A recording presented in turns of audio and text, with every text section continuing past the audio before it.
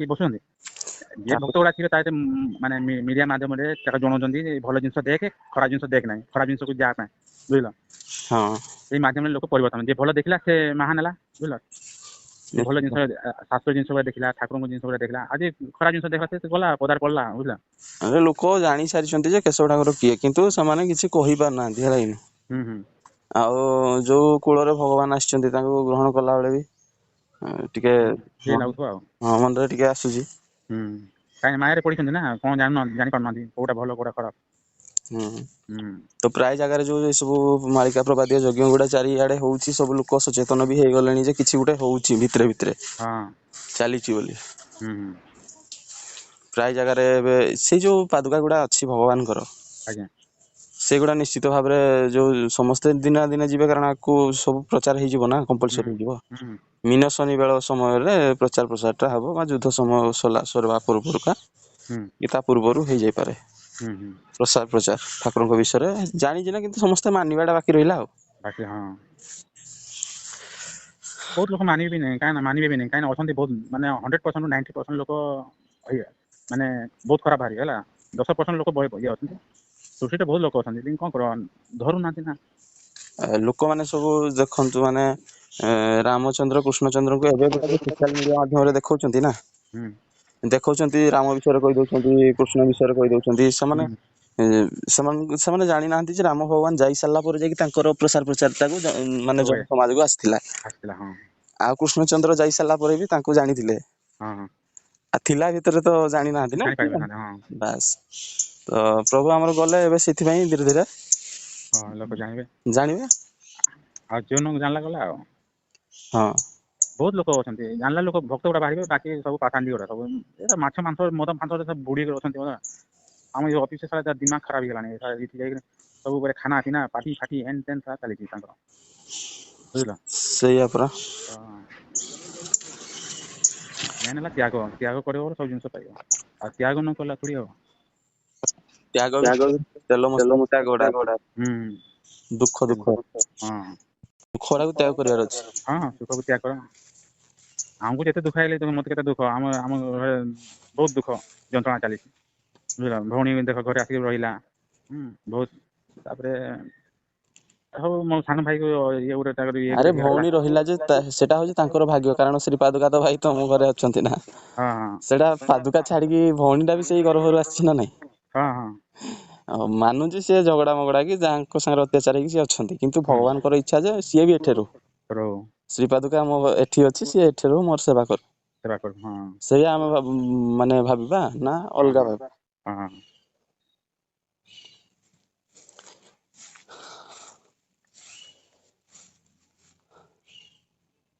ଆଉ କଣ ଭାଇ କୁହନ୍ତୁ ଚାଲିଛି ଟିକେ କଣ କହିବି ଆଉ ଯିବେ ସେଇ ଯଜ୍ଞକୁ ଯିବେ ଡିସେମ୍ବର ମାସରେ ଅଛି ଯୋଉ ଆମର ଇଏ କଣ ସୋନପୁର ସବୁଆଡେ ତ ଯାହା ଯାଉଛି ମାନେ ଏଠିକି ବି ଯିବା ଏଠି ଯିବା ଏଟା ବହୁତ ବଡ ଏଟା ଶେଷଟା ଦେଖିବା ଭଗବାନ ନେବେ ବୋଲି ଯିବା ଆଉ ଆମର ତ ଇଚ୍ଛା ଅଛି ଯିବା ବୋଲି ପାତାଳ ଶ୍ରୀକ୍ଷେତ୍ର ଗୁଡା ପାତାଳି ଠାକୁର ପାତାଳି ହେଇଥିଲେ ଜଗନ୍ନାଥ ଭଗବାନ ଦାରୁନ୍ତି ଯିବାକୁ ପଡିବ ନ ଗଲେ ନାଇଁ ଶେଷ ଯଜ୍ଞଟା ଶେଷ ଯଜ୍ଞ ପରେ ଆଉ ତ ଯଜ୍ଞ କହୁଥିଲେ ଯେ ଆଉ ଯଜ୍ଞର କୌଣସି ଜିନିଷ ମିଳୁନି ବୋଲି ଯଜ୍ଞ ନାହିଁ ଆଉ ଏଇଟା ପୁରା ଶେଷ ପାତାଳି ଯଜ୍ଞଟା ଆମ ସୋନପୁର ତାପରେ ତ ସୋନପୁର ଯେମିତି ଯଜ୍ଞ ସରୁ ସରୁ ତ ଷ୍ଟାର୍ଟ ହେଇଯିବ ଯୁଦ୍ଧ ଫୁଦ୍ଧ ଜାଣିଛ ନା ନାଇଁ ସେଇଆ ପରା ସେଇଟା ଯୋଉ ସରୁ ମୁଁ ଭିଡିଓରେ ବି କମ୍ପଲସରି କହିବି ଦେଇଛି ଯେ ଯଜ୍ଞ ଟୋଟାଲ ସରିଲା ମାନେ କମ୍ପଲସରି ଯୁଦ୍ଧ ହବ ତାକୁ ଆଉ କେହି ରକ୍ଷା କରିପାରିବେନି ତାପରେ ଯୋଉ ବ୍ରହ୍ମ ସାଙ୍ଖୁଳି ମାଳିକାରେ ଯୋଉ ଲେଖା ଯାଇଛି କଣ ଖାଇକି ଲୋକ ବଞ୍ଚିବେ ଏଇସବୁ ପରିସ୍ଥିତି ଆସିବ ଗୋଟେ ଛାଡିଥିଲା କଣ ପତ୍ର ଗୋଟେ ଖାଇବ ବୋଲି ଛାଡିବ ସେଇଟା ଗୋଟେ କୋଉଠି ଯାଇଥିଲା କୋଉ ଭାଇ ମାନେ ସବୁ କୋଉଠିକାର ଭାଇ ଗୁଡା ଡିସ୍କସନ କରୁଥିଲେ କୋଉଠିକାର ଭାଇ ଗୁଡା ଡିସ୍କସନ କରୁଥିଲେ ଯୋଉ ଆମର ପତ୍ର ଗୋଟେ ମିଳିବ ସେ ଦେଖିଲି ତ ସେଗୁଡା ସବୁ ଆମର ଯୋଉ ହେଇଥିଲା କୋଉଠି କହନା ରେଢାଖୋଲ କୋଉଠି କହ ଦେଖି କୋଉ ଜାଗା ଯୋଉଟା ଯୋଉ ଆମର ଭୀମ ଭୋଇଙ୍କର ଯୋଉ ଜାଣିଥିଲି ଯେ କୋଉ ଟାଇମ ଯାଇଥିଲା ଏଟା ଆମର ଏଇଟା ନାଇଁ ଏଟା ସେ ଗତ ବର୍ଷର ଯୋଉ ବର୍ଷ ଆମେ ସେଠି ଯଜ୍ଞ ହେଇଥିଲା ଓହୋ ସେ ଟାଇମ ରଖିଥିଲ ପାଇପ ସେଇ ଏଟା ଟାଇମରୁ ଖାଲରେ। ସେଇ ଟାଇମରୁ ଭିଡିଓ ରଖା ହେଇଥିଲା। ସେ ହଁ ଭାଇ ମାନେ ବି ମାନେ କ୍ୟାମେରା ସାମ୍ନାକୁ ଆସୁନଥିଲେ, ମୁଁ ଲୁଚି ଲୁଚି ଭିଡିଓ ବନଉଥିଲି ହେଲା କି। ହଁ ହଁ ହଁ କାରଣ ଭଗବାନଙ୍କର ସିକ୍ରେଟ କଥା ଗୁଡା ସେମାନେ କହୁଥିଲେ, ହଁ ଆଉ ମତେ ମନା ବି କରିଥିଲେ ଭିଡିଓ ଭିଡିଓ କୁଆଡେ ଛାଡିବନି ବୋଲି। ହଁ କିନ୍ତୁ ଏଇ ସମୟଟା ଯୋଉ ଭଳିଆ ଛାଡିବାକୁ ହଁ ମୁଁ ବାଧ୍ୟ ହେଲି। ହଁ ସେ ଯାହା ଯାହା କହିଛନ୍ତି ସେଗୁଡା ବି ସତ୍ୟ, ଯୁଦ୍ଧର ହୁଁ ପରିସ୍ଥିତି ଆସିବ ହୁଁ ହୁଁ ଆଉ ଯନ୍ତ୍ର ବି ସବୁ କରାଯାଇଛି। ହଁ ଆଉ ନହେଲେ ଓଡିଶାରେ ଭଗବାନଙ୍କର ଏଇଟା ହଉଛି ହଁ ମାନେ ମୁଖ୍ୟ ମାନେ ତାଙ୍କର ଜାଗାଟା ଏଇଟା। ହଁ ଈଶାନ୍ୟ କୋଣ ପୃଥିବୀର ସବୁ ଓଡିଶା। ଓଡ଼ିଶା ଆଉ ଓଡିଶାଟା ଯଦି କ୍ଷତିଗ୍ରସ୍ତ କରିବେ ଯୁଦ୍ଧରେ ତାହେଲେ କେମିତି ହବ? ହଁ ସେଥିପାଇଁ ସେମାନେ ସେ ସବୁ ଯନ୍ତ୍ର ବନେଇ ଦେଇଛନ୍ତି ଆଉ। ହୁଁ ଯେମିତି କିଛି ଓଡିଶାରେ କ୍ଷୟକ୍ଷତି ନ ହଉ ଆଉ। ହୁଁ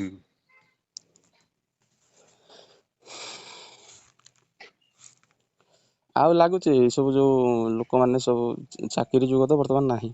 ହୁଁ ମୁଁ ଗୋଟେ କଥା ଭାଇ ଭାବେ, ତମକୁ ଗୋଟେ ପ୍ରଶ୍ନଟେ ପଚାରୁଛି ମୋ ମନରେ ଉଙ୍କି ମାରୁଛି। ଆଜ୍ଞା ଭଗବାନ 56 କୋଟି ଜୀବ କରିଛନ୍ତି ବୋଲି ଆମ ଶାସ୍ତ୍ର କହୁଛି। ହୁଁ 52 କୋଟି ଭଣ୍ଡାରରେ 56 କୋଟି ଜୀବ।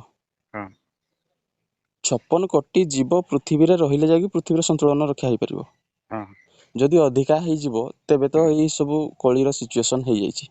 ହୁଁ ହୁଁ କାରଣ ଖାଇବାକୁ ମିଳିବନି, ଜମି ଅଧିକା ଲୋକ କାରଣରୁ ଜମି ଭାଗରେ ହଁ ଅସୁବିଧା ହଉଛି, ପଡ଼ିବ ଯୋଉଟା କି ଭାଇ ଭାଇରେ କଳହ ହଉଛି। ହୁଁ ସମସ୍ତେ ଯିଏ ଚାହିଁଲା ମାନେ ବାଦ ବିବାଦରେ ରହୁଛି। ହଁ ଅଧିକା ହେଲେ ପୃଥିବୀଟା ତ ଆଉ ବଢୁନି ନା। ହଁ କିନ୍ତୁ ଲୋକ ସଂଖ୍ୟା ଭାରତର ଆବାଦୀ କେତେ?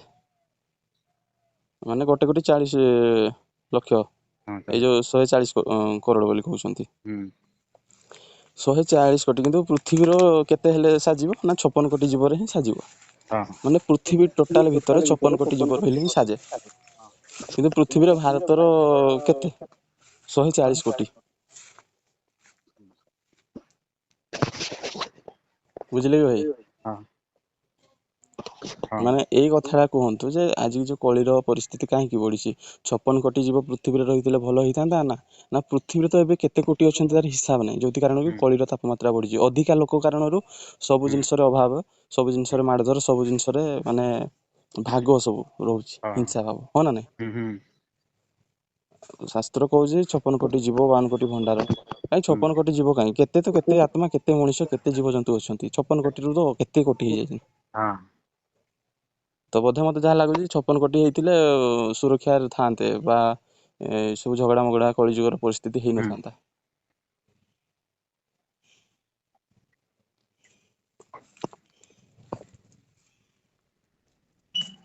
ଆଉ ଏବେକା ତମେ ତ ଭାଇ ଇନଷ୍ଟାଗ୍ରାମ ଦେଖ? ଇନଷ୍ଟାଗ୍ରାମ ୟୁଟ୍ୟୁବ ତ ହଁ ଦେଖୁଛ, ଇନଷ୍ଟାଗ୍ରାମ ହଁ ଦେଖୁଛ? ହଁ କେମିତି ଓଡିଶାର ପରିସ୍ଥିତି ନାବାଳିକା ଦୁଷ୍କର୍ମ ମାନେ ହଁ କେତେ କଣ ସବୁ ହଉଛି ଦେଖୁଛୁ ତ? ହଁ ହଁ ତ ବେଳେ ବେଳେ ମୁଁ ଭାବେ ଭଗବାନ ଗୋଟିଏ ନାରୀ ପାଇଁ ବୋଲି ଦ୍ୱାପର ଯୁଗଟା ମହାଭାରତ ଯୁଦ୍ଧ ଲଗେଇଦେଲେ। ହୁଁ ଏପଟେ ଭଗବାନ ପୁଣି କୋଉ ହିସାବରେ ଆସିକି ଏତେ ନାରୀ ଶୋଷଣ ହଉଛି, ହୁଁ ଏଗୁଡା ମାନେ ଆମେ ମାନେ ନିଜ ଆଖିରେ ଦେଖୁଛୁ, ଆମକୁ ଭଲ ଲାଗୁନି, ହୁଁ ଏଗୁଡା ସେମାନେ କାହିଁକି ସହୁଛନ୍ତି? ହୁଁ ୟାର ଆନ୍ସାର ଟା ଭାଇ ମତେ ଦିଅ। ଭଗବାନ ଏଥିରେ କାହିଁକି ନିରବ ହେଇକି ରହୁଛନ୍ତି, କିଛି କହୁନାହାନ୍ତି? ନା ସେମାନେ ଖାଲି ଚାହିଁ ଦେଇଛନ୍ତି ଯେ ଯିଏ ଯୋଉ କର୍ମ କରିବ ସେ ତାର ଫଳ ସେ ପାଇବ। ସେ ତାର କର୍ମ ସେ ପାଇଲା ବେଳେ ତ ଆମେ ମାନେ ସେ କର୍ମର ଫଳ କଣ ପାଉଛେ ଆମେ ଜାଣିପାରୁନୁ। ଏଇନା ତ ବିଜେପି ସରକାର ଗୋଟିଏ ବି ରେପିଷ୍ଟ ମାନଙ୍କୁ ଆରେଷ୍ଟ କରୁନି, କି ଫାଶୀ ଦଣ୍ଡ ଦଉନି। ଏଇଟା ପୁରା ପୂର୍ବ ଜନ୍ମ କର୍ମ ଫଳ ବା ଏ ପୂର୍ବ ଜନ୍ମ ଅଛି। ଅଛି ସେଟା ସିଷ୍ଟମ ଅଛି। ହଁ ସେଇଗୁଡା ଆମେ ଜାଣିଛେ ଯେ ପୂର୍ବ ଜନ୍ମର କର୍ମଫଳ, ହୁଁ କିନ୍ତୁ ଆମେ ସୋସିଆଲ ମିଡିଆ ମାଧ୍ୟମରେ ଦେଖିଲେ ଆମ ମନଟା ବି ଭଲ ଲାଗୁନି। ହୁଁ ଗୋଟେ 3 ବର୍ଷ 4 ବର୍ଷ ଝିଅକୁ ବଳାତ୍କାର କରି ଫିଙ୍ଗି ଦଉଛନ୍ତି ଯାଇକି ଆମର ବିଲରେ ବା ହଁ ନଟିରେ। ଏଗୁଡେ ଯୋଉ ଆମେ ଦେଖୁଛୁ ହଁ ସେମାନଙ୍କର ପୂର୍ବ ଜନ୍ମର କର୍ମଫଳ ହେଇଥାଇପାରେ, ଯୋଉଥି କାରଣରୁ ଏଇ ଫଳଟା ଫଳୁଛି।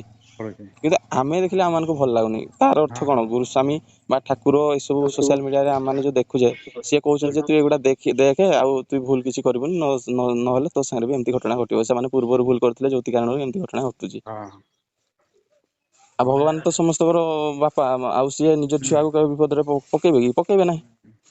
ଆଉ ଯଦି ଗୋଟେ ଛୁଆଟେ ଏଇଭଳିଆ ଶିକାରରେ ପଡୁଛି, ତାର ହୁଁ ଅର୍ଥ ସିଆ ପୂର୍ବ ଜନ୍ମରୁ କୌଣସି ନା କୌଣସି ଭୁଲ ଏଇଭଳିଆ କର୍ମ କରିଥିବ, ତେବେ ଯାଇକି ଏଇଭଳିଆ ଫଳଟା ଭୋଗୁଛି। ହଁ ଆରେ କଣ ନା ଦେଖ ଆମ ଗୋଟେ ଅଛି ସିଷ୍ଟମ ବୁଝିଲ, ଯେ ଆମ ପିତୃ ପୁରୁଷ ଗୁରା ନା ଅଶାନ୍ତି ବୁଝିଲ। ସେ ପୂର୍ବ ଏବେ ପିତୃପୁରୁଷ ଗୁରା ଅଛନ୍ତି, ତାଙ୍କର ମାନେ କଣ ଅନୁଷ୍ଠ କରିବ ନା ସେ ତାଙ୍କର ଇଏ ଟାଇପର ମାନେ ସୂକ୍ଷ୍ମରେ ଏ ସବୁ ଜିନିଷ ଚାଲୁଛି। ବୁଝିପାରିଲ ନା ନାଇଁ? ହ୍ୟାଲୋ ବୁଝିପାରିଲିନି। ଦେଖ ଯୋଉ ଜିନିଷ ଯାହା ପାଇଁ ଘଟିଥିବ ନା ସୂକ୍ଷ୍ମରେ ପିତୃ ପୁରୁଷ ଗୁଡା ଯୋଉ ଅଛନ୍ତି ନା ଯୋଉ ଧୋକା ଖାଇକି ମରିଛନ୍ତି କି କଣ ଖାଇକି ମରିଛନ୍ତି ତାଙ୍କର ସିଷ୍ଟମ ଗୁଡା ସେଇଗୁଡା ସେଇ ଚାଲିଛି ବୁଝିଲ। କାହାକୁ ହଁ ଯେ ମରି ଯାଉଛନ୍ତି ଲୋକ ଗୁଡା ଯୋଉ ଆତ୍ମା ଗୁଡା ଯୋଉ ନା ଭଟକୁଛନ୍ତି ସେମାନେ ଏମିତି ଦୁର୍ଦଶା କରୁଛନ୍ତି ମାନେ ବୁଝିଲ ତ। ହେଇଥିବ ନା ରିଏଲ ଲାଇଫ ଭାଇ। ତ ଏବେ ତମ ତମେ ମାନେ କଣ କରୁଛ ତମ ପିତୃ ପୁରୁଷ ଯୋଉ ଜାଗାରେ କନେକ୍ସନ ଥିବ ପିତୃ ପୁରୁଷ ସେ ତମ ସାଙ୍ଗେ ପୁରା ଗାଇଡ କରି ରଖନ୍ତି। ଏଇଗୁଣା ଘଟଣା ମୋର ବି ମାନେ ଭାବି ଅନୁଭବ କରେ ମୁଁ ନିଜକୁ ଅନୁଭବ କରେ ବୁଝିଲ। ଆଚ୍ଛା। ଲୋକ ଭାବୁଛନ୍ତି ଲୋକ ଗଲା କହୁଛନ୍ତି ଯେ ମରିଯାଉଛନ୍ତି ଆତ୍ମା ଭଟକୁଛି ନାଇଁ ସେ ଆତ୍ମା ସେ ଜିନିଷଟା ଦେଖିଥିବ ସେ ଆଖିରେ ସେ ଜିନିଷଟା କହୁଛନ୍ତି ସେଟା ମୁଁ ଅନୁଭବ କରେ ସେ ଜିନିଷଟା ମତେ ଠାକୁର ଅନୁଭବ କରାନ୍ତି। ଆଚ୍ଛା। ହଁ ବୁଝିଲ। ସିଏ ତ କେବଳ ଅନୁଭବ ବାଲା ନା ନାଇଁ। ହଁ ହଁ ଅନୁଭବ ଆଉ ସେ ଆମ ସାଙ୍ଗରେ ସେ ପିତୃ ପୁରୁଷ ମାନେ ପିତୃ ଯୋଉ କେତେ ଆତ୍ମା ସେ ଆତ୍ମା ଗୁରା ବୁଝିଲ ଆଉ ଆତ୍ମା କେବେ ମରେନି ହେଲା ସେ ପ୍ରେତ ଆତ୍ମା ହଉ ଭୂତ ଆତ୍ମାରେ ହଉ ଯୋଉ ଆତ୍ମା ସେ ଲୋକକୁ ହଇରାଣ କରେ ବୁଝିଲ। ହଁ ଏବେ ଜାଣିପାରିଲ ନା। ସେଇ ଭିତରୁ ଯେ କହିଲ ଯେ କେତେ କେତେ କୋଟି ଇଏ କହିଲ ନା ଯିବ ସେ ଭିତରୁ ସେମାନେ ବି ଅଛନ୍ତି ହେଲା। ହଁ ପରା ବୁଝିଲ ତ ହଁ ପରା ଜାଣିପାରିଲ ଅନୁଭବ କଲ ତ ବତେଇଲି ତମକୁ। ସେ ଭିତରେ ବି ଅଛନ୍ତି ନି ଆଉ। ହଁ ହଁ ସେଇ ଭିତରେ ଅଛନ୍ତି କାହିଁକିନା ଆମ ଦେହ ଭିତରେ ଲୋକଙ୍କ ଦେହ ଭିତରେ ପଶି ଯାଉଛନ୍ତି ଆତ୍ମା ଗୁଡା। ଯୋଉଥି କାରଣରୁ କି ସେମାନେ ସେଇଭଳିଆ ଭୁଲ କରୁଛନ୍ତି। ହଁ ହଁ ହେଇଥାଇପାରେ। ହେଲା। ମାନେ ଯୋଉ ଆଜିକାଲି ଯୋଉ ଯାହା ବଳାତ୍କାର ଏ ସବୁ ହଉଛି ସେଗୁଡା ଅତୃପ୍ତ ଆତ୍ମା ମାନେ କରୁଛନ୍ତି ବୋଧେ ହଁ ସବୁ। କରୁଛନ୍ତି ହଁ ସେଇ ଆତ୍ମା ଗୁଡା କରଉଛନ୍ତି ବଦଲା ନଉଛନ୍ତି ବୁଝିଲ। ଆଉ ସେ ସମାଧାନ କେମିତି ହବ ଭକ୍ତ ଥିବ ଠାକୁରଙ୍କର ଭକ୍ତ ଥିବ ତାଙ୍କୁ କିଛି ଅସୁବିଧା ହବନି ବାସ୍ ଠାକୁରଙ୍କୁ ଯେ ହଁ ବୁଝିଲ। ଓହୋ। ବୁଝିପାରିଲ ନା ନାଇଁ। ନିଶ୍ଚିତ ଭାବରେ ଏଇଭଳିଆ ବି ହେଇଥାଇ ପାରୁଥାଏ କାରଣ ଆମେ ତ ସେ ଭିତରେ ଆଉ ଆମେ ଏତେ ଭିତରୁ ହଁ ସେ ଆତ୍ମା ଖେଳ ଚାଲିଛି ଏଠି ବୁଝିଲ। କିଏ ପ୍ରେତ ଆତ୍ମା କିଏ ଭୂତ ଆତ୍ମା କିଏ କୋଉ ଆତ୍ମା ଅଛନ୍ତି। କେତେ ପ୍ରକାର ଆତ୍ମା ଅଛି ସେ ଆତ୍ମା ଗୁଡା ଆମ ସାଙ୍ଗରେ ଆମ ଭିତରେ ଖେଳୁଛନ୍ତି। ଆମେ ଯେତେବେଳେ ଭଲ କରିବା ପାଇଁ ଯାଉଥିବୁ ନା ସେ ଆତ୍ମାକୁ ଆମକୁ ରୋକଉଛନ୍ତି ବୁଝିଲ। ହଁ କିନ୍ତୁ ସେ ଯୋଉମାନେ ସୂକ୍ଷ୍ମରେ ଠାକୁରଙ୍କ ଶରଣରେ ରହିଯାଉଛନ୍ତି ତାଙ୍କୁ ସେମାନେ କିଛି କରିପାରୁନାହାନ୍ତି ଗୁରୁ କିଛି ଗ୍ରହଣ କଲା କରିପାରୁନାହାନ୍ତି ପରେ ବାସ। ଆଜ୍ଞା ହଁ ସେଇ ଜିନିଷ ଗୁଡା ହଉଛି ଆଉ କେବେ ତ ଆମେ ଶୁଣିବାକୁ ପାଇନୁ କୌଣସି ଗୋଟେ ଧର୍ମ ପରାୟଣ ବ୍ୟକ୍ତିର ଏମିତି ଘରେ ମାନେ ଅସୁବିଧା ହେଇଯିବା ଏମିତି ଘରେ ବଳାତ୍କାର ଶିକାରୀ ହେଇଛନ୍ତି ବୋଲି ଶୁଣିବାକୁ ମିଳିନି। ଆଜ୍ଞା ସାଧାରଣ ବ୍ୟକ୍ତିତ୍ବ ହେଇଥିବାର ଆଉ ଗ୍ରହଣ କରୁଥିବା ଘରେ ଏଇ ସବୁ ଘଟଣା ଘଟିଛି। ହଁ ମାନେ ଯୋଉ ଏଇ କାରରେ ହଉଛନ୍ତି ବା ଦେଖ ବାପ କରିଥିବା କର୍ମ ଫଳ ଟା ଝିଅ ବି ଭୋଗୁଛି। ହେଲା ହଉ। ହ୍ୟାଲୋ। ହଁ ମୁଁ କହିଲି ଭାଇ ବାପ କରିଥିବା କର୍ମ ଫଳ ଟା ତା ନିଜ ଝିଅ ଉପରେ ବି ପଡେ ନା। ହଁ ପଢେ କାହିଁ ସେଟା ଆରେ ଆତ୍ମା କେବେ ମରେନି ଭାଇ ମୁଁ ସବୁ ଅନୁଭବ କରିବି ଠାକୁର ମତେ ଦେଇଛନ୍ତି ଜିନିଷଟା। ଆତ୍ମା ସବୁବେଳେ ସେ କୋଉ ରୂପରେ ଆସିବେ ତମକୁ ସବୁବେଳେ ଇଏ କରିବ ତମେ ଯଦି ଦୋଷ କରିବ କୋଉ ଜନ୍ମରେ ତମକୁ ସେଇ ଏକା ପୀଡା ଯନ୍ତ୍ରଣା ଦେବ ବୁଝିଲ। ହୁଁ।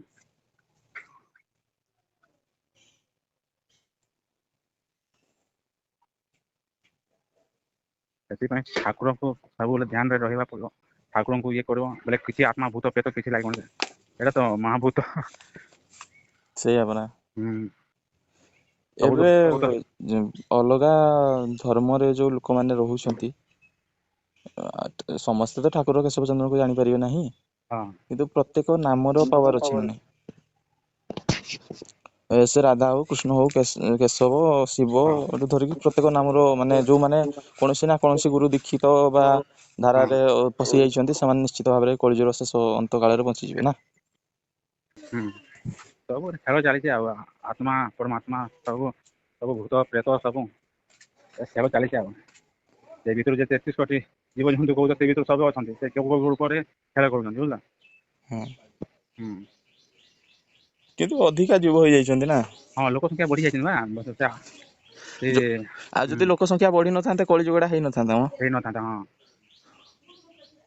ବହୁତ ସଂଖ୍ୟାରେ ବଢିଯାଇଛି ସବୁ ଜାଗାରେ ଦେଖିବ ନା ଏବେ ବାହାର କଣ୍ଟ୍ରିରେ ବି ଲୋକ ହେଇଯାଇଛନ୍ତି ସେମାନେ ତ ଆମକୁ ସବୁ ଉନ୍ନତି ଇଏରେ ପଠଉଛନ୍ତି ସବୁ ମାନେ ତାଙ୍କଠୁ ଶିଖୁଛନ୍ତି ଲୋକ ଗୁଡା ନା ସେମାନେ ଧର୍ମ ଜାଣିନାହାନ୍ତି ବାହାର କଣ୍ଟ୍ରି ଲୋକ ଗୁଡା ବାହାର କଣ୍ଟ୍ରିର ଲୋକମାନେ ବାସ୍ତୁଶାସ୍ତ୍ର କଣ ଧର୍ମ କଣ ଭଗବାନ କଣ ସେଗୁଡା କିଛି ନାହିଁ। ଜାଣିନାହାନ୍ତି ଯୋଉଥି ହଁ ବେଲେ କାରଣରୁ ସେଇଠି ବି ଶିଖୁଛନ୍ତି ମିଡିଆ ମାଧ୍ୟମରେ ସବୁ ଦେଖୁଛନ୍ତି ଟିଭିରେ ଦେଖୁଛନ୍ତି ସବୁ ଜିନିଷ ଦେଖିକରି ଲୋକ କଣ ହଉଛନ୍ତି ବାଉଳା ହଉଛନ୍ତି ତାଙ୍କ ପଛରେ ଲାଗିଛନ୍ତି ଆଉ। ଲୋକ ବାହାର କଣ୍ଟ୍ରି ଲୋକ ଖାଉଛନ୍ତି ପିଉଛନ୍ତି ଏମିତି କରୁଛନ୍ତି ସେ ଜିନିଷକୁ ଇଏ କରୁଛନ୍ତି ଆଉ କଣ କରିବ କହ। ମନରେ ଆଖିରେ ଯାହା ଦେଖିବ ସେଇଗୁଡା ତ ସବୁ ହେବ ଆଉ ବାହାର କଣ୍ଟ୍ରି ଲୋକ କେତେ କେତେ ମାନେ ବିବାହ କରୁଛନ୍ତି, କେତେ ମାନେ ବାହାର ଲୋକ ଆଜି କେତେ ମାସରେ 3-4ଟା ୱାଇଫ ବଦଳଉଥିବେ ଜାଣିଛନ୍ତି ନା? ହଁ ପରା। ସେଥିପାଇଁ ତ ସେ ଦେଖୁଛନ୍ତି ଆଉ। ସେଥିପାଇଁ ଆମ ଇଣ୍ଡିଆରେ ଓଡିଶାରେ ସବୁ ବଢିଯାଇଛି ସବୁ ଜିନିଷ ଆଉ କାମ କାମନା ସବୁ ବଢିଯାଇଛି। ଆଚ୍ଛା ଆଚ୍ଛା। ଆଉ ଗୋଟେ କଥା ଭାଇ କହୁଛି, ଏଇନା ଯୋଉ ବର୍ତ୍ତମାନ ପରିସ୍ଥିତିରେ ଯୋଉ ବିଜେପି ସରକାର ଯୋଉ ଚାଲିଛି, ଯୋଉ ନରେନ୍ଦ୍ର ମୋଦି, ୟା ବିଷୟରେ ଏଫଷ୍ଟିନ୍ ଫାଇଲରେ ବି ନାଁ ଅଛି, ଜାଣିଛୁ ନା? ତାହେଲେ ଗୋଟେ ସେ ଯୋଉ ଆମେରିକା ସାଙ୍ଗରେ ଯୋଉ ଏଫଷ୍ଟିନ୍ ଫାଇଲ ଯୋଉ ଏଫଷ୍ଟିନ୍ ଆଇଲାଣ୍ଡରେ ମାନେ ସେମାନେ ବି ଗୋଟେ ମୁଖ୍ୟ ବଡ ବଡ ଆତ୍ମା ନା, ସାଧାରଣ ଆତ୍ମା ବାବା, ବଡ ବଡ ଆତ୍ମା ନିଶ୍ଚିତ ଭାବରେ, ଜଣେ ନହେଲେ ଜଣେ ରାଜା ହେବାଟା ଅସମ୍ଭବ ନା। ଦୁର୍ଯ୍ୟୋଧନ ବି ବଡ ଆତ୍ମା ଥିଲା। ଆତ୍ମା ଥିଲା, ତାକୁ ଦାୟିତ୍ୱ ଦିଆ ହେଇଥିଲା। କିନ୍ତୁ ତା ଦ୍ୱାରା ହିଁ କଳିଯୁଗଟା ଦ୍ୱାପର ଯୁଗ ଶେଷ ହବ ବୋଲି ତା ଦ୍ୱାରା ହିଁ ଅଧର୍ମ କରେଇଲେ ଭଗବାନ। ସେଗୁଡା ଭଗବାନ ନିଜେ ଜାଣି ଜାଣି ଅଧର୍ମ କରାନ୍ତି, ନିଜେ ହିଁ ମାରନ୍ତି। ଆଉ ସେଇଭଳିଆ ଯେମିତି ନା ମୋଦି ଅଧର୍ମ କାମ କରିଛି, ସେଇଟା ଭଗବାନ ବି କରିଛନ୍ତି। ଏଇଆ ହେଲା କଥା, ଲୋକମାନେ କେହି ବୁଝି ପାରୁନାହାନ୍ତି କିଏ ଅଧର୍ମ କରୁଛି କିଏ କରୁନି। ପ୍ରତ୍ୟେକ ଦେଶର ରାଜା ମାନଙ୍କୁ ବାଛିଥାନ୍ତି ଭଗବାନ ନିଜେ ନା।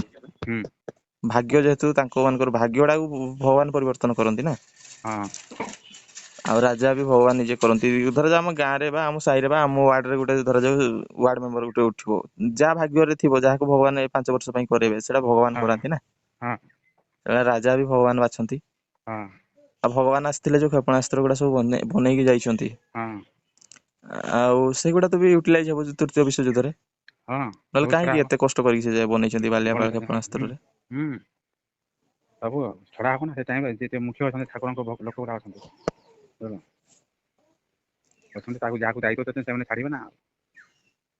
ଆଚ୍ଛା, ଯୋଉ କୁହାଯାଉଛି ଭାଇ, ଯୋଉ ଲାଷ୍ଟ ସତ୍ୟ ସନାତନ ଧର୍ମ ପ୍ରତିଷ୍ଠା ହେବ, ଯୋଉମାନେ ଇସ୍କନ ଯାଇଛନ୍ତି, ଯୋଉମାନେ ଶିବରେ ପଶି ଯାଇଛନ୍ତି, ଯୋଉମାନେ ଅଘୋରୀ ବାବା ହେଇଯାଇଛନ୍ତି, ଯୋଉମାନେ ମଙ୍ଗଳାରେ ପଶି ଯାଇଛନ୍ତି, ସେମାନେ କଣ ମାନିବେ ଠାକୁର କେଶବ ଚନ୍ଦ୍ର ଗୁରୁସ୍ୱାମୀ ଅବ୍ୟକ୍ତ ପୁରୁଷୋତ୍ତମ କଳକି ପୁରୁଷ ବୋଲି? ସେତେବେଳେ ଜାଣିବେ, ଯେତେବେଳେ ବିଶ୍ୱ ବ୍ରହ୍ମାଣ୍ଡ ଜାଣିଲା ବେଳେ ଜାଣିବେ ସବୁ, ଏବେ ଥୋଡ଼ି ଜାଣିବେ ନା, ଧୀରେ ଧୀରେ ଜାଣିବେ ନା ଆଉ। ଆଚ୍ଛା,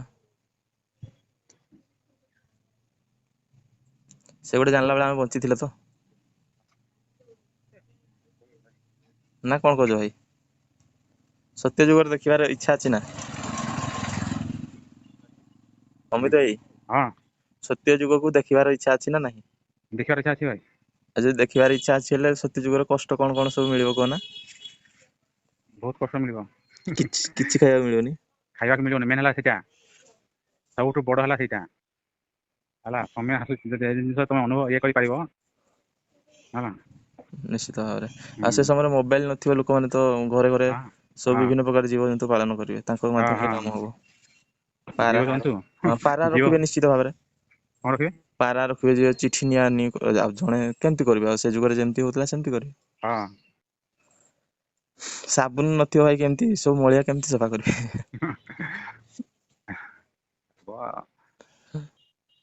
ଏବେ ଦେଖ 2-3 ବର୍ଷ ଭିତରେ ଲହରା ମାଡି ଆସିବ ପୁରା ହେଲା। ପାଣି ହୀରାକୁଦ ଡ୍ୟାମ ନିଶ୍ଚୟ ଭାଙ୍ଗିବ, ଯେବେ ବି ଭାଙ୍ଗିବ, ଭାଙ୍ଗିବାର ଅଛି ତାର ଲେଖା ହେଇଛି। ମତେ ଯାହା ଲାଗୁଛି ହୀରାକୁଦ ଡ୍ୟାମ ଭାଙ୍ଗିବ ଯୋଉ, ଏଇଟା ଏଇ ତୃତୀୟ ବିଶ୍ୱଯୁଦ୍ଧରେ ହିଁ ଭାଙ୍ଗିବ। ସେଟା ବମ୍ କରିବେ, ବମ ରେ ଛାଡିବେ, ପକେଇବେ। ବିନା ବମ ରେ ଏତେ ବଡ ମାଟି ବନ୍ଧ ଯୋଜନାକୁ ଭାଙ୍ଗିବାଟା ସମ୍ଭବ ନୁହେଁ। ବମ୍ ପଡିବ, କେତେ ଜାଗାରେ ବମ୍ ପଡିବ, ଆମ ଓଡିଶାରେ ବି ପଡିବ ବମ୍ ହେଲା। ମତେ ତ ଲାଗୁଛି ରାଉରକେଲାରେ ପଡିବ ଲାଗୁଛି। ସବୁ ସ୍ମାର୍ଟ ସିଟିରେ ଆଗ ପଡିବ ଜାଣିଥାଅ। ରାଉରକେଲା କୋଉଠି ତ କୋଉ ଜାଗାରେ?